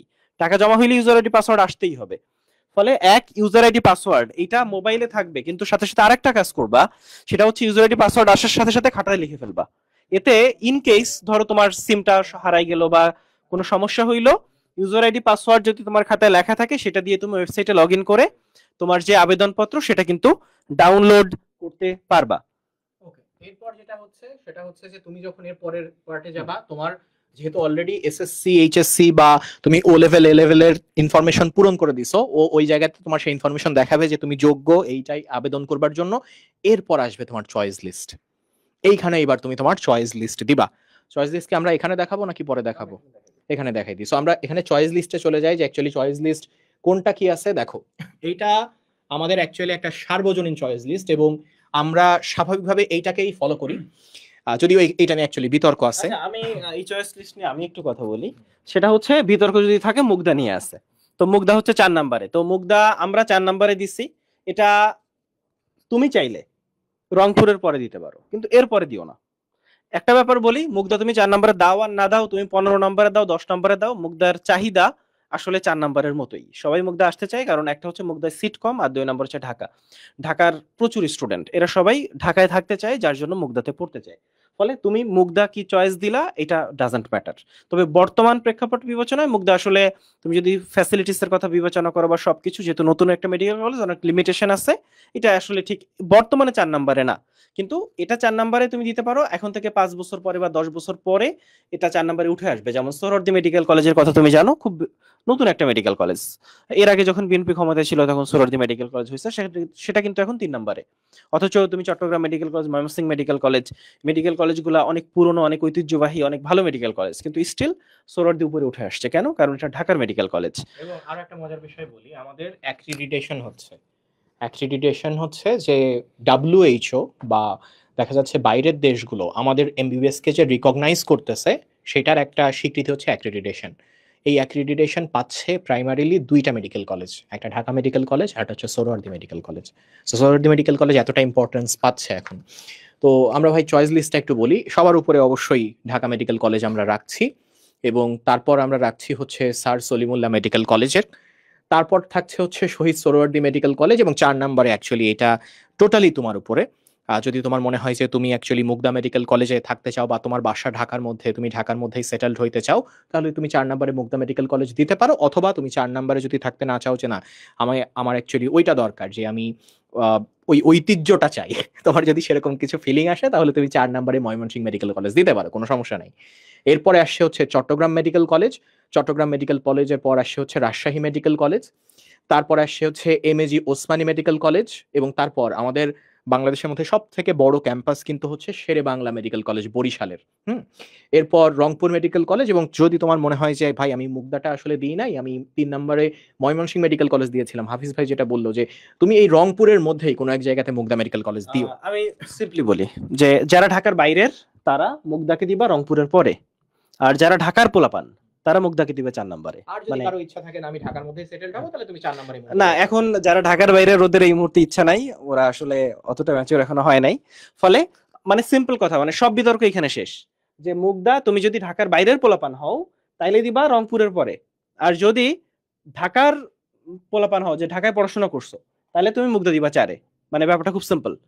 এর বাইরে বাকি যে মেডিকেল কলেজগুলা ঠিক যেভাবে আছে সেভাবে দিতে পারো। এখানে একটু বলে রাখি যে এইটা কিন্তু চেঞ্জ করা যায়, অর্থাৎ তুমি ইভেন টাকা জমা দেওয়ার পরও এই মেডিকেল কলেজগুলো আসলে চেঞ্জ করতে পারবা। এখানে এফএমসি চয়েস লিস্ট আছে, এফএমসির এক্সাম যখন হবে তখন আমরা এফএমসি চয়েস লিস্ট নিয়ে কথা বলবো। কিন্তু এখানে আমি একবার একটু বলে যাই যে কুমিল্লা, খুলনা, তারপর বগুড়া, তারপর ফরিদপুর, দিনাজপুর, পাবনা, এই যে মেডিকেল কলেজের চয়েস লিস্ট এটা 19-20। অর্থাৎ ধরো তোমার বাড়ি হচ্ছে ধরো ফরিদপুর, তাহলে তুমি অন্তত এই যে রংপুরের পরে ফরিদপুরটা দিয়ে দিবা। ব্যাপারটা বোঝা গেছে? মানে একেবারে এই যে নিচের দিকের বলতে সিরিয়ালের নিচের দিকের যে মেডিকেল কলেজগুলো 16, 17, 18, 19, এই মেডিকেল কলেজগুলো ফ্যাসিলিটির দিক দিয়ে খুব কাছাকাছি। ফলে তোমার এলাকা যেইটা ওই এলাকাকে প্রায়োরিটি দিয়ে তুমি চাইলে প্রথম কয়েকটা মেডিকেল কলেজের পরে কিন্তু তোমার যে এলাকার মেডিকেল কলেজ সেটা তুমি দিতে পারো, এটাতে কোনো সমস্যা আসলে নাই। এখন যদি কেউ জিজ্ঞাসা করো ভাই চয়েস লিস্ট নিয়ে এত মাতামাতি কেন, আমি তার কারণটা গত লাইফে বলছিলাম। আমার এক ফ্রেন্ড আছে, ওর রোল হচ্ছে 224 কিন্তু ও জাতীয় মেধায় 117তম। কারণ হচ্ছে ও যখন মানে নিজে মাতব্বারি করে ফর্ম পূরণ করতে গেছে, এই সমস্যাটা চিন্তা করো, সে ডিএমসি তে পড়ে, সেও ভুল করছে এই কাজ ফর্ম পূরণের সময়। সো ও যখন নিজে ফর্ম পূরণ করতে গেছে ও বিষয়টা বোঝে নাই। ও 1 নাম্বার চয়েস লিস্ট আমাদের টাইমে যে সার্কুলার দিছিল উপরে ছিল নোয়াখালী মেডিকেল কলেজ, ও একদম সেই অনুসারে ফিল আপ করে দিছে। সো ও 117তম হয়ে ওর অ্যালোটেড মেডিকেল কলেজ আসছে নোয়াখালী মেডিকেল কলেজ। সো তারপর ফার্স্ট মাইগ্রেশনে ও আমার হচ্ছে ঢাকা মেডিকেলে আবার ব্যাক আসছে। সো তুমি এই জিনিসটা নিশ্চিত থাকো যে আসলে এই চয়েস লিস্টটা খুব ইম্পর্টেন্ট একটা ব্যাপার, এবং এটাকে ওই ইম্পর্টেন্স দিয়েই দেখো যে যখন তুমি দোকানদার যখন এই কাজটা করবে তুমি একবার মিলাই নিবা, তোমার এই এই লিস্টটা ফোনে থাকবে, তুমি মিলাই নিবা যে হ্যাঁ কোড অনুসারে ঠিক আছে। সার্কুলারের কোডটা দেখো, ঢাকা মেডিকেলের জন্য একটা কোড, সলিমুল্লাহ মেডিকেলের জন্য একটা কোড, মুগদার জন্য একটা কোড, সোহরাওয়ার্দীর জন্য একটা কোড। হ্যাঁ, সো এটা অ্যাকচুয়ালি আমি তোমাদেরকে দিয়ে দেবো। এই লিস্টটা আমরা একটু পরেই পোস্ট করে দিচ্ছি আমাদের লাইভের পর, তোমরা এইটা সেভ করে রাখো। যদি তোমাদের পার্সোনাল কোনো মডিফিকেশনের দরকার হয়, যেমন ধরো কারো বাড়ি হচ্ছে কক্সবাজার, কারো বাড়ি নোয়াখালী, এখন সেই সিদ্ধান্ত নিতে চাচ্ছে যে আচ্ছা আমি এই অংশটাকে আরো উপরে দেবো কিনা, সিদ্ধান্ত নিতে তুমি একটু মানে ভাবতেছো যে আচ্ছা ঢাকা মেডিকেলে ধরো আমার হইলো না, সলিমুল্লাহ হইলো না, সোহরাওয়ার্দীতে হইলো না, আমি চাচ্ছি যে তাহলে আমার নোয়াখালীতে হোক, আমি 4 নম্বরে নোয়াখালী নিয়ে যাব কারণ আমার বাসা নোয়াখালী। নাও, এটা সম্পূর্ণ তোমার ব্যক্তিগত মডিফিকেশন, বুঝছো? বাট আমরা সব সময় বলি যে হ্যাঁ এই 3টা বা এই 4টাকে যেন সবার উপরে রাখা হয়, বুঝছো? এই 3টাকে সবসময় উপরে রাখবা। ওকে, তাহলে চয়েস লিস্ট কিন্তু তোমাদের কাছে গেল। এটা হচ্ছে তোমার মেডিকেল কলেজের চয়েস লিস্ট, এটা কিন্তু এক্সাম সেন্টার বা ভেন্যু চয়েস লিস্ট না। এই চয়েস লিস্টটা ওয়েবসাইটে সিলেক্ট করতে হয়, এবং এক্সাম সেন্টারের চয়েস লিস্ট দিতে হয় হচ্ছে ফোনে মেসেজ করার সময়। এই 2টা জিনিস খেয়াল রাখবা। ওয়েবসাইটে তুমি যে চুজ করতেছো, ওয়েবসাইটে কাজ করতেছো, এখানে তুমি তোমার মেডিকেল কলেজের চয়েস লিস্ট দিতেছো, বাট পরীক্ষা কোথায় দিবা সেটা চয়েস লিস্ট দিতে হয় ফোনে এসএমএস দেওয়ার সময়। ওকে ভাই, আমরা আবার চলে আসি এই জায়গাতে। তাহলে এই চয়েস লিস্টটা কিন্তু আমাদের গেল। এখান থেকে কি চয়েস লিস্ট গেছে? হ্যাঁ, তাহলে এই জায়গাতে তুমি কিন্তু চয়েস লিস্ট দিলা। চয়েস লিস্টগুলো এরকম থাকে, এইদিকে একটা বক্স থাকে, এইদিকে একটা বক্স থাকে। এইদিকে বক্স থেকে মেডিকেল কলেজের নাম সিলেক্ট করতে হয়, ওইটা সোয়াইপ করে এদিকে চলে আসে। সো এভাবে প্রত্যেকটা মেডিকেল কলেজ এবং ডেন্টাল কলেজ কিন্তু এই জায়গাতে সিলেক্ট করতে হয়। এখন কথা হচ্ছে যে যখন তুমি বোথ এমবিবিএস অ্যান্ড বিডিএস বলবা, তখন কিন্তু শুধু এমবিবিএস এর সবগুলো মেডিকেল কলেজের যে চয়েস লিস্ট আসবে তা না, তখন কিন্তু তোমাকে বিডিএস এর চয়েস লিস্টও দিতে হবে। সো বিডিএস এর চয়েস লিস্টে আমি একটুখানি বলি যে আমরা কোনটা প্রিফার করি বা বিগত বছরগুলোতে কোনটা প্রিফার করা হয়েছে। বাংলাদেশের একমাত্র ডেন্টাল কলেজ যেটা মেডিকেল কলেজের সাথে অ্যাটাচড না, সেটা হচ্ছে ঢাকা ডেন্টাল কলেজ। এটা মিরপুর 14তে অবস্থিত। সো সবার আগে আমরা ঢাকা ডেন্টাল কলেজকে রাখি, এবং পড়াশোনার মানের দিক থেকে বা অন্য দিক থেকে সবাই যেটা বলে, আমি আসলে ডেন্টালের ব্যাপারে খুব বেশি জানি না, বাট আমার ফ্রেন্ড যারা ডেন্টালে পড়ে তারা এই লিস্টটা তৈরি করছে, এবং তারা বলে যে 2 নম্বরে চট্টগ্রাম মেডিকেল কলেজ ডেন্টাল ইউনিটকে রাখতে হয়, 3 নম্বরে রাখতে হয় হচ্ছে রাজশাহী মেডিকেল কলেজ ডেন্টাল ইউনিটকে, 4 নম্বরে Shaheed Suhrawardy medical college dental ইউনিটকে, 5 নম্বরে sir Salimullah medical college dental ইউনিটকে, 6 নম্বরে ময়মনসিংহ মেডিকেল কলেজ ডেন্টাল ইউনিটকে, 7 নম্বর MAG Osmani medical college dental ইউনিটকে, তারপরে Shere Bangla medical college dental unit, এবং তারপর হচ্ছে Rangpur medical college dental unit. বাংলাদেশে কিন্তু এই 9টাই মেডিকেল কলেজ ডেন্টাল ইউনিট আছে, বুঝতে পারছো তোমরা? সো এই লিস্টটাও আমরা অ্যাকচুয়ালি তোমাদেরকে দিয়ে দেবো। এই লিস্টটা একই সাথে ওই মেডিকেল কলেজগুলো সিলেক্ট করবার সময় এই লিস্টটাও এখানে সিলেক্ট করতে হবে, এবং তারপর কিন্তু তোমার তুমি যদি দোকানে যাও, তোমাকে একটা পেন ড্রাইভে করে, এখন তো সবাই অ্যাকচুয়ালি পেন ড্রাইভ নেয় না, এখন ফোনে করে ওই ফাইল নিয়ে যায়। তারপর তোমার যদি মনে হয় এখানে বলছে পেন ড্রাইভে করে, তুমি পেন ড্রাইভে করে ওই 300 বাই 300 অথবা মূল ছবি নিয়ে গেলা, দোকানদার ওই জায়গাতে 300 বাই 300 এবং 300 বাই 80 পিক্সেলের তোমার ছবি এবং তোমার স্বাক্ষর এই জায়গাতে ইনপুট করা লাগবে। তারপর এখানে ভ্যালিডেশন কোড দেওয়া আছে। ভ্যালিডেশন কোড মানে হচ্ছে তুমি যখন এটা করবা তখন তোমার যে ফোন নাম্বারটা দিছো ওই ফোন নাম্বারে একটা কোড যাবে, সেই কোডটা এই জায়গাতে দিলে দেখা যাবে যে হ্যাঁ এই নাম্বারে ভ্যালিডেশন হয়ে গেল। এবং তারপর সবকিছু ডিক্লারেশন করে যে হ্যাঁ আমি এখন পর্যন্ত যে সমস্ত তথ্য দিয়েছি প্রত্যেকটা তথ্য সঠিক, এবং এই তথ্যগুলো যদি কোনোভাবে ভুল বা মিথ্যা প্রমাণিত হয় তার জন্য দায়ভার আমি নেব।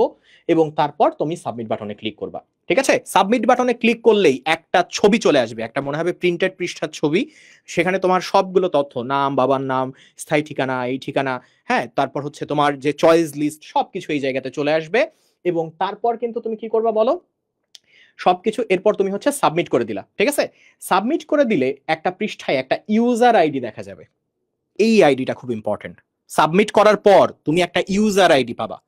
এই ইউজার আইডিটা ছবি তুলে নিবা, লিখে নিবা, দরকার হলে যত বেশি জায়গায় এটা সেন্ড করা যায় সেন্ড করে রাখবা। হ্যাঁ, এই ইউজার আইডিটা অবশ্যই অপরিচিত কারোর কাছে না, নিজের পরিচিত মানুষের কাছে নিজের কোনো জায়গায় লিখে রাখলে এই ইউজার আইডিটা সেন্ড করে রাখলা। ঠিক আছে, কারণ কি, এই ইউজার আইডি দিয়েই এখন তুমি টেলিটকে ম্যানুয়াল পদ্ধতিতে টাকা পাঠাবা। এবার টাকা পাঠানোর বিষয়টা তুমি একটু বলো ফয়সাল, যে টাকা কিভাবে আসলে তুমি কি পাঠাইছিলা? হ্যাঁ, আমি নিজেই আচ্ছা, পাঠাইছি। তুমি ও নিজে পাঠাইছিল, অ্যাকচুয়ালি বলতে পারবে বিষয়টা। আচ্ছা, টাকা পাঠানো হচ্ছে তোমাদের যে কোনো একটা টেলিটক সিম লাগবে। এখন টেলিটক সিম তো সবার থাকবে না, টেলিটক সিম আমার একটা ছিল। তো আমার যেসব ফ্রেন্ডের ধরো মানে এই সিম ছিল না, তো আমার বাসায় ওরা চলে আসছিল। এরকম তোমরা করতে পারো যে তোমার ধরো একটা ফ্রেন্ড সিলেক্ট করলা, তোমরা 1 ঘন্টা মিলেমিশে, আসলে অ্যাপ্লিকেশনটা কিন্তু মিলেমিশে করা উচিত। কারণ তুমি একটা জিনিস ধরো বুঝতেছো না, তুমি তোমার ফ্রেন্ডকে জিজ্ঞাসা করতে পারবা যে এটা এটা কি করবো, এটা কি এখানে দিব কিনা। হ্যাঁ, তোমরা তো যেহেতু একই জায়গায় আসো, তো তোমাদের অ্যাপ্লিকেশন গুলো কিন্তু একই রকম হবে। তো তোমরা এরকম একটা টেলিটক আলা বান্দা মানে বান্দার কাছে যাবা, দিয়ে তোমরা ওইখানে তোমরা এক একজনের জন্য মোটামুটি 1,000 1,000 তো তো 1,000-এর একটু বেশি করে মানে ওখানে রিচার্জ করবা, বুঝছো? মানে 1,010 টাকা করে রিচার্জ করবে একজনের জন্য। কারণ 2-3টার মতো এসএমএস পাঠাইতে হয়। তো ওইটা এসএমএস বাদেও 1,000 লাগে। তো প্রতিটা এসএমএস এ দেখা যাচ্ছে যে 2-2.5 করে লাগে। তো এরকম করে 1,010 টাকা তোমরা হচ্ছে রিচার্জ করবা। তারপরে এখানে এসএমএস এর একটা ফরম্যাট আছে। এই যে এই ফরম্যাট অনুযায়ী তোমার হচ্ছে এসএমএস টা লিখতে হবে। তোমার ইউজার আইডি এন্ড পিন, এই দুইটা জিনিস কিন্তু কখনোই ভোলা যাবে না। মানে ভুলতে পারো বাট হারানো যাবে না। মানে ফোনে স্ক্রিনশট তুমি তোমার আত্মীয় স্বজন সবাইকে পাঠিয়ে রাখবা যে এই জিনিসটা যাতে আমার ফোন ব্লাস্ট হয়ে যায়, কোনো একটা জায়গা থেকে আমি ওইটা আবার মানে গ্যাদার করবো আর কি। তো ওই জিনিসটা দিয়ে তুমি ধরো এই যে যখন এসএমএস টা করবা, হচ্ছে ফোনের মেসেজ অপশনে গেলা, গিয়ে এই যে সব কয়টা ক্যাপিটাল লেটারে লিখলা MBBS BDS without any gap, একসাথে লিখতে হবে এমবিবিএস বিডিএস। তারপর একটা স্পেস দিতে হবে, এবং স্পেস দিয়ে ওই যে একটু আগে বললাম একটা ইউজার আইডি তুমি সাবমিট করার পর পাইছিলা, ওই ইউজার আইডিটা স্পেস দিয়ে লিখতে হবে। লেখার পর ওইটা সেন্ড করতে হবে হচ্ছে 16,222 অর্থাৎ 16222 এই নাম্বারে। তুমি যখন এই জিনিসটা পাঠাবা, পাঠানোর পরপরই কিন্তু হ্যাঁ তোমার কিন্তু ওই নাম্বারে অলরেডি রিচার্জ করছো তুমি 1,010 টাকা বা 1,020 টাকা।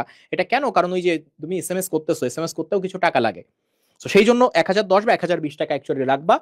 তারপর তুমি যখন এইটা হচ্ছে পাঠাইলা, সাথে সাথে আর একটা ফিরতি মেসেজ আসবে, সেখানে ওরা অনুমতি চাইবে যে হ্যাঁ তোমার তো এমবিবিএস বিডিএস ইউজার আইডি এত, আমরা তোমার কাছ থেকে 1,000 টাকা কেটে নিতে চাচ্ছি, তুমি কেটে ওই টাকা দিতে ইচ্ছুক কিনা। ওই জায়গাতে তুমি ইয়েস যখন সিলেক্ট করবা তখন তোমার ওই টাকাটা চলে যাবে, এবং তখনই কিন্তু তোমার পেমেন্টটা করা হয়ে গেল। পেমেন্ট যে করছো, এই যে দেখো এখানে দেওয়া আছে এমবিবিএস বিডিএস স্পেস দিয়ে তোমার ইয়েস লিখতে হবে, বুঝছো, যে হ্যাঁ তুমি টাকা দিতে ইচ্ছুক, এবং সেইটাকে তুমি পাশে কিন্তু এই যে তোমার যে ইউজার হ্যাঁ পিন নাম্বার, এই পিন নাম্বারটা দিলা, এবং তারপর এটা হচ্ছে তোমার সেন্টার, এই যে এইটাই হচ্ছে সেন্টার। হ্যাঁ, এই জায়গাতে দেখো 4টা সেন্টার তুমি সিলেক্ট করবা, যেটা আসলে তুমি সবার আগে সেই সেন্টারটা দিবা যেটা তোমার সব থেকে কাছের, যেখানে তুমি অ্যাকচুয়ালি দিতে চাও। তারপরে সেন্টারটা দিবা যেটা তোমার সেকেন্ড ক্লোজেস্ট, এই সেন্টারটা দিয়ে তারপর তুমি ওই 16,222 নাম্বারে যখন পাঠাই দিলা, তখন তোমার 1,000 টাকা অ্যাকচুয়ালি কেটে যাবে, এবং তোমার ওই জায়গাতে ফর্ম পূরণ করা অ্যাকচুয়ালি পারফেক্টলি একটা পেমেন্ট সহ হয়ে গেল। এরপরে কিন্তু আমাদের একটা সম্ভবত কনফার্মেশন মেসেজ আসে, যে কনফার্মেশন মেসেজে হ্যাঁ।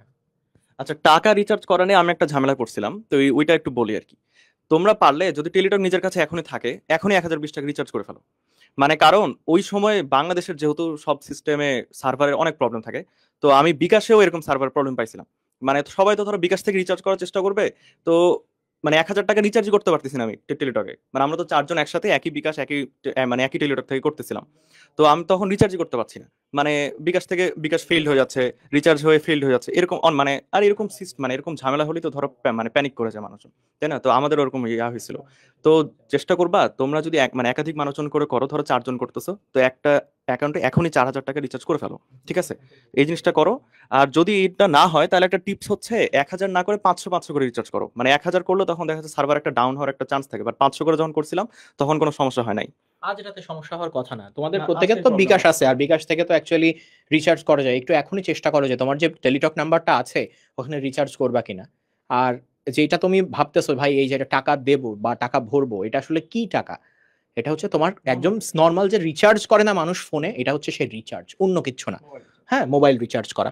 ওকে, তো তুমি ওই হিসেবে টাকা যখন পাঠাই দিলা, এবং দেখো লাস্টের যে টাকা পাঠানোর যে টাইমটা, ওই টাইমটাতেই কিন্তু তুমি এই জায়গাতে তোমার এক্সাম সেন্টারটা সিলেক্ট করে দিচ্ছ। এবং এখানে কিন্তু এক্সাম সেন্টার লিখে দেয় না যে হ্যাঁ Dhaka medical college, Rajshahi medical college, এভাবে না, কিন্তু সেন্টারের নাম্বার দেয়। এ দেখো 11 হচ্ছে ঢাকা মেডিকেল কলেজ সেন্টারের হচ্ছে এক্সাম সেন্টারের নাম্বার।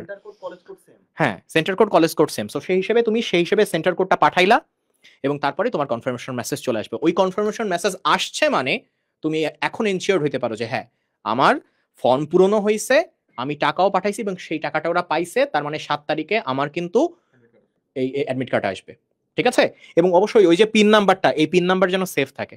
মানে এই পিন নাম্বার না থাকলে 7 তারিখে জীবনে কোনোদিন তুমি কিন্তু অ্যাডমিট কার্ড পাবা না। আচ্ছা, ঠিক আছে ভাই। আচ্ছা, আমার মনে হয় শেষের দিকে চলে আসছি, কারণ যখন তোমার এই টাকাটা পাঠানো শেষ, তুমি কিন্তু ইউজার আইডি পাসওয়ার্ড পেয়ে গেছো। দ্যাট ডাজ মিন যে তোমার কাজ শেষ। আরেকটা ছোট্ট কাজ আছে, সেটা হচ্ছে অ্যাডমিট কার্ডটা 7 থেকে 9 তারিখের মধ্যে ডাউনলোড করা। ইনকেস তুমি এটা মিস করলে, এবং এরকম প্রতি বছরই আমরা দেখি, তবে কষ্ট লাগে, তুমি যদি মেডিকেল অ্যাসপিরেন্ট হও তাহলে একটা দিন তুমি অন্তত, কতদিন পড়ছো তুমি বলো তো? প্রায় 100 দিনের মতো তুমি পড়াশোনা করছো, প্রস্তুতি নিচ্ছ। আচ্ছা, জাস্ট এ মোমেন্ট। আচ্ছা, আমার, আচ্ছা, তো 100 দিনের মতো তুমি পড়াশোনা করছো, একটা দিন তুমি এইখানে নষ্ট করবা, সেটা হচ্ছে এই ফর্ম পূরণের জন্য। এটা খুবই ভাইটাল একটা জিনিস। একটা ভুলের কারণে 100 দিনের পরিশ্রম যেন নষ্ট না হয়। রাইট। আচ্ছা, এখানে একটু চলে আসো। তুমি এইগুলা যখন পেয়ে গেলা, তারপর কিন্তু তোমার আর কোনো সমস্যা নেই। এখানে আরো কিছু কথা বলা আছে যে তোমার ইউজার আইডি পাসওয়ার্ড এটা কিন্তু ছবি তুলে ফেসবুকে প্রকাশ করার কোনো দরকার নাই, কারণ বাংলাদেশে ফ্রডের কোনো অভাব নাই। ঠিক আছে? দেখা গেল তোমার মতো করে সুন্দর করে সেজে গুজে কেউ একজন চলে গেছে পরীক্ষা দিতে, এবং সে পরীক্ষা দিয়ে চলে আসছে, তোমাকে আর ঢুকতে দেয় নাই। আচ্ছা, তো ঠিক আছে, আমাদের মনে হয় যে পুরাপুরি ব্যাপারটা বুঝতে পারছি। আমি একটু তোমাকে শুরু থেকে শেষ পর্যন্ত জিনিসটা রিক্যাপ করে যাই, যে তোমার কোন জায়গাগুলোতে তোমার সতর্ক থাকা দরকার। প্রথম পয়েন্ট, যে তুমি কালকের মধ্যে যারা অ্যাকচুয়ালি মেডিকেল অ্যাসপিরেন্ট, তারা যারা ইঞ্জিনিয়ারিং অ্যাসপিরেন্ট বা ভার্সিটি অ্যাসপিরেন্ট এক্সপিরিয়েন্সের জন্য মেডিকেল এক্সাম দিবা, তোমরা যে কোনো দিন করো, 21 তারিখের মধ্যে যে কোনো একদিন করলেই হবে। কিন্তু যারা মেডিকেল অ্যাসপিরেন্ট আর মেডিকেলে আসলে চান্স পাইতে চাও, তারা হচ্ছে একটু কষ্ট করে কালকের মধ্যে করার চেষ্টা করো। আর যদিও আশা করতেছি এবার সমস্যাটা একটু কম হবে, কারণ এবার মেডিকেল অ্যাসপিরেন্ট একটু কম, 25-এর রেজাল্টের জন্য মেডিকেল অ্যাসপিরেন্ট আমরা একটু কম পেয়েছি। আচ্ছা, এটা গেল। 2 নাম্বার হচ্ছে ছবি তোলা নিয়ে তুমি প্যারা খাবা না। ছবি যে কোনো একটা সুন্দর পাসপোর্ট সাইজ ছবি বা এগুলা দিলে হবে। আর ছবি, তোমার কাছে পাসপোর্ট সাইজ ছবি আছে তাই না? এটা যদি অনলাইন, অনেকে কি করো আমি বলি, ছবি একটা তুলা দোকানে যেয়ে প্রিন্ট করো, প্রিন্ট করে ওটা ছবি তুলো, ছবি তোলার পরে ওইটা রিসাইজ করো। এটা কইরো না প্লিজ। তোমার যে মোবাইলের যে কপি, ওইটা হচ্ছে রিসাইজ করবা, ঠিক আছে? এবং রিসাইজের ক্ষেত্রে জাস্ট গুগলে পিকচার রিসাইজ লিখে সার্চ দিলে, তুমি দোকানে করো, দোকানদার সব করবে, তুমি জাস্ট একটু অবজার্ভ করবা যে উনি সব ঠিকঠাক করলো কিনা। তো নিজে যদি করো ভালো হয়। ফয়সাল একটু আগে যেটা বলতেছিল, যে তোমরা কয়েকজন বন্ধু এক জায়গায় থাকো, কয়েকজন বন্ধু এক জায়গায় থেকে একসাথে মিলে এটা করো, তাহলে যেটা হবে যে কারোরই ভুল হবে না। একা একা করলে একটু রিস্ক থেকে যায়। বা তুমি তোমার কোনো সিনিয়রের সাহায্য নিতে পারো, যে হচ্ছে এর আগে মেডিকেল ভর্তি পরীক্ষা দিয়েছে। এই তো। এর বাইরে হচ্ছে ফর্ম পূরণের ক্ষেত্রে যা যা, মানে ব্যাপারটা খুব সিম্পল, মানে সিম্পলি চিন্তা করলে সিম্পল, জটিল ভাবে চিন্তা করলে জটিল। মানে আমরা জাস্ট একটু, তোমরা বড় হইছো, তোমরা ডাক্তার হইতে চাও তাই না? আমরা ডাক্তার হইতে চাই, এতদিন ধরে পরিশ্রম করতেছি।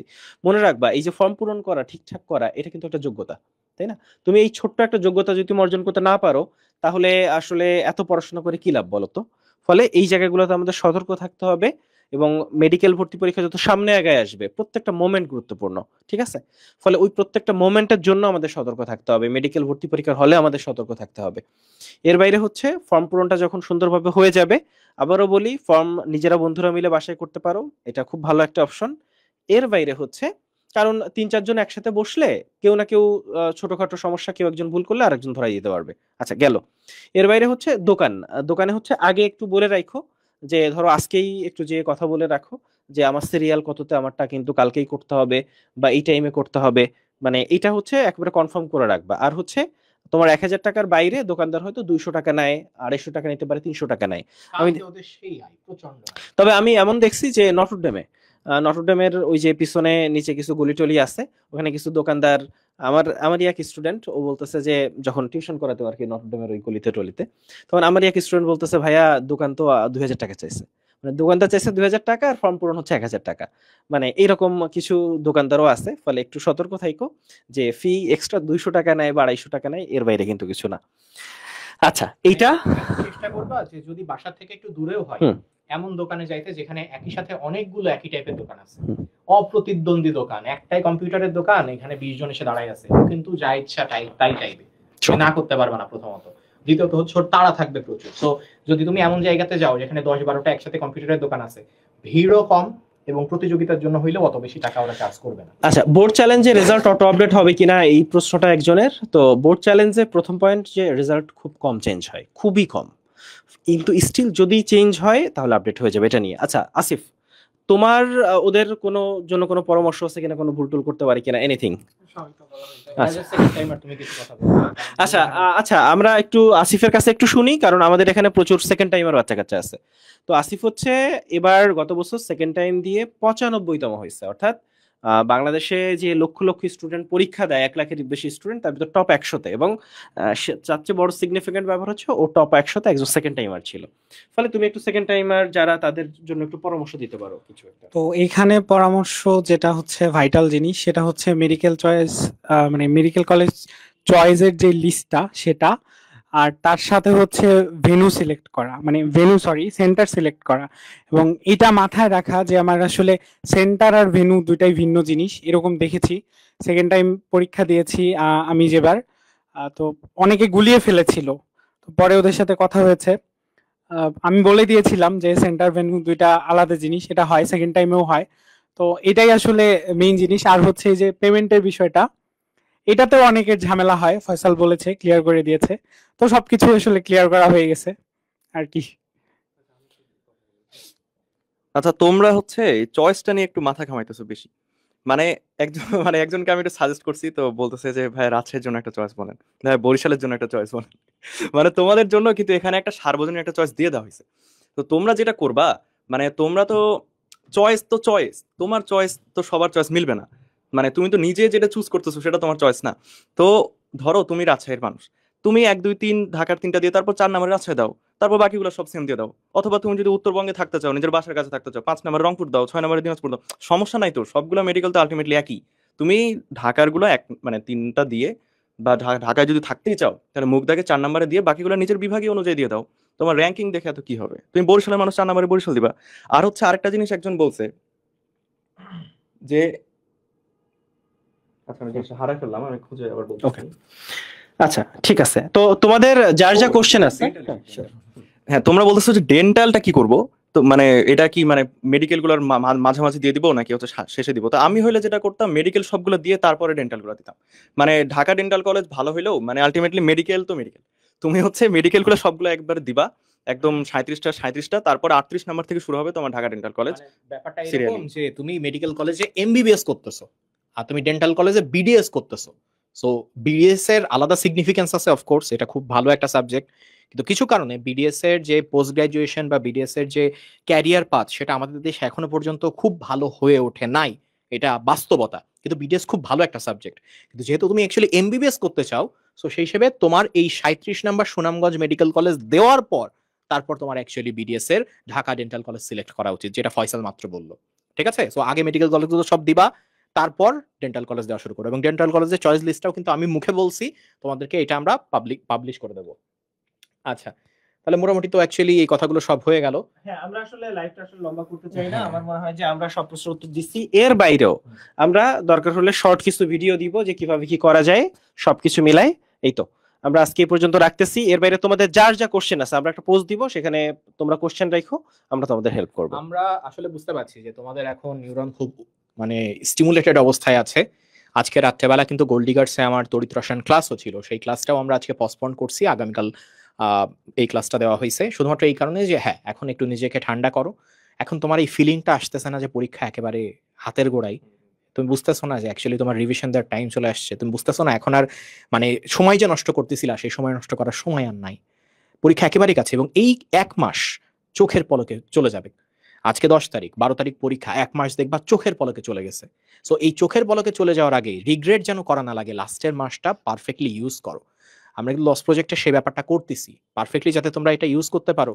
তোমাদের model test, paper final, subject final, আমরা লাস্টের ডিসেম্বরের 1 তারিখ থেকে টানা মডেল টেস্ট দিছি যে ভাই তুই একদম ডিসেম্বরের 1 তারিখ থেকে মেডিকেল স্ট্যান্ডার্ড কোশ্চেনে মডেল টেস্ট দিতে থাকবি, তুই 12 তারিখেও মনে হবে যে আমি একদম মেডিওলজিরই একটা পরীক্ষা দিয়ে আসলাম, আমার পরীক্ষা তো খুব ভালো হবে, এরকম একটা ফিলিং যাতে আসে। বুঝতে পারতেছো? এবং এই মুহূর্তে যদি কারো কোনো সিলেবাস বাকি থাকে, প্লিজ এই সিলেবাসটা আগে ধরো, রিভিশনের দিকে তুমি যেও না, তুমি আগে তোমার সিলেবাসটা কমপ্লিট করো।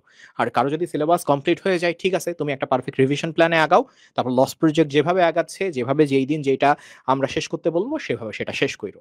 বাট তোমার মধ্যে এই রিয়েলাইজেশনটা যেন লাস্ট মোমেন্টে আসে যে পরীক্ষা খুব কাছে। এখন এইখানে 2 ধরনের রিয়াকশন দেখা যায়। এক ধরনের স্টুডেন্ট একেবারে শেষ মুহূর্তে প্রাণপণে লড়ে, প্রচুর পড়াশোনা করে, নিজের ভুলগুলো অ্যাকচুয়ালি দেখার চেষ্টা করে। আরেক টাইপের স্টুডেন্ট আছে এই মুহূর্তে তারা প্রচন্ড রকম ডিপ্রেসড হয়ে যায়, মানে তারা ল্যাদ লাগার মতো অবস্থায় যে হাই পরীক্ষা, পরীক্ষা আর 28 দিন, পরের দিন উঠে বলে পরীক্ষা 27 দিন। ভাই কাউন্টডাউন তো এমনিতেই হবে, টাইম তো তুমি আসলে থামাইতে পারবা না, কিন্তু তুমি যদি সেটা নিয়ে আরো ডিপ্রেসড হও দিনের পর দিন, ক্ষতি তোমারই দিন শেষে হচ্ছে। তো এই নিয়ে ভাবা যাবে না। হ্যাঁ পরীক্ষা নিয়ে ভয় লাগাটা খুবই স্বাভাবিক, বাট তুমি ওই যে টাইমটা কমতেছে সেটাকে ইন্সপিরেশন হিসেবে নাও যে হ্যাঁ আমি টাইম কমতেছে, বাট এই টাইমের মধ্যে আমি পড়ে কমপ্লিট করব, আমি একবার রিভাইজ করছি আরেকবার রিভাইজ করব, দরকার হলে আমি বারবার পরীক্ষা দিয়ে যেগুলো ভুল যাচ্ছে সেই ভুলগুলো সঠিক করে নেব। তোমাদের জন্য আমরা আনলিমিটেড কোশ্চেন ওপেন করে রাখছি, তোমাদের জন্য 95 থেকে শুরু করে এই 2025 পর্যন্ত যতগুলো মেডিকেল ভর্তি পরীক্ষা হয়েছে প্রত্যেকটার কোশ্চেন আমরা সবার জন্য ওপেন করে রাখছি। এমন না যে শুধু আমাদের যে ভর্তি স্টুডেন্ট তাদের জন্য আমরা ওপেন, সবার জন্য ওপেন করে রাখছি। তোমাদের জন্য আমরা পোল গেম ওপেন করে রাখছি, যে ভাই একটা স্টুডেন্ট, সে আমাদের স্টুডেন্ট না হইতে পারে, সে মেডিলজির সাথে কানেক্টেড, মেডিলজির ওয়েবসাইটে গিয়ে সে ফ্রিতে পোল গেম খেলতে পারবে, সেখানে সে কোশ্চেন সলভ করতে পারবে। আমরা কিন্তু এটা তোমাদের জন্য ফ্রি রাখছি। সো এই জিনিসগুলো একটু ইউটিলাইজ করার চেষ্টা করো। এবং দেখো অনলাইনে লাস্ট মোমেন্টে প্রচুর নেগেটিভিটি দেখবা, প্রচুর মানুষের কমেন্ট দেখবা, আমি একটা কথা বলতেছি তুমি দেখবা তো আরেকজন তোমার শ্রদ্ধেয় ভাইয়া সে আরেকটা কথা বলতেছে, আরেকজন শ্রদ্ধেয় স্যার আরেকটা কথা বলতেছে। যদি দেখো যে একটা কথা আর একটা কথাকে অপোজ করতেছে, প্লিজ সেইটা নিয়ে ভেবে টাইম নষ্ট করো না, এখন তোমার টাইম নষ্ট করার টাইম না। অনলাইনে নেগেটিভিটি এখন মাথায় ঢুকতে দেও না, এখন তোমার কাজ হচ্ছে শুধুমাত্র পড়াশোনা করা, একজনকে মেন্টর হিসেবে ধরা বা একটা প্ল্যাটফর্মকে মেন্টর হিসেবে ধরা, কারণ প্রত্যেকটা প্ল্যাটফর্মে কিন্তু দিন শেষে অনেক দিন ধরে এক্সপেরিয়েন্সড হয়ে তারপর এই পর্যায়ে আসছে, ঠিক যেমনটা আমরা আসছি। আমাদের লস প্রজেক্টে কিন্তু বিগত বছর যে পরিমাণ স্টুডেন্ট ভর্তি ছিল, এবং লস প্রজেক্টে কিন্তু সবাই চলে আসে, আমাদের গোল্ড ডিগার্সের first timer, second timer, gold ডিগার্সের বিগত ব্যাচ, সব ব্যাচের স্টুডেন্ট এখানে আসে। এই বছর নতুন করে গোল্ড ডিগার্সের বাইরে লস প্রজেক্টে 3000-এর বেশি স্টুডেন্ট ভর্তি হয়ে গেছে। আমি 3000 কম বললাম, 3000 তো অনেক আগেই ছাড়াই গেছে, 3000-এর বেশি স্টুডেন্ট নতুন করে ভর্তি হয়ে গেছে। সো এরা আমাদের উপর যে ভরসা রাখছে সেই ভরসার ফলাফল ইনশাল্লাহ এরা পাবে, এবং আমরা আমাদের সর্বোচ্চটুকু দেওয়ার চেষ্টা করব।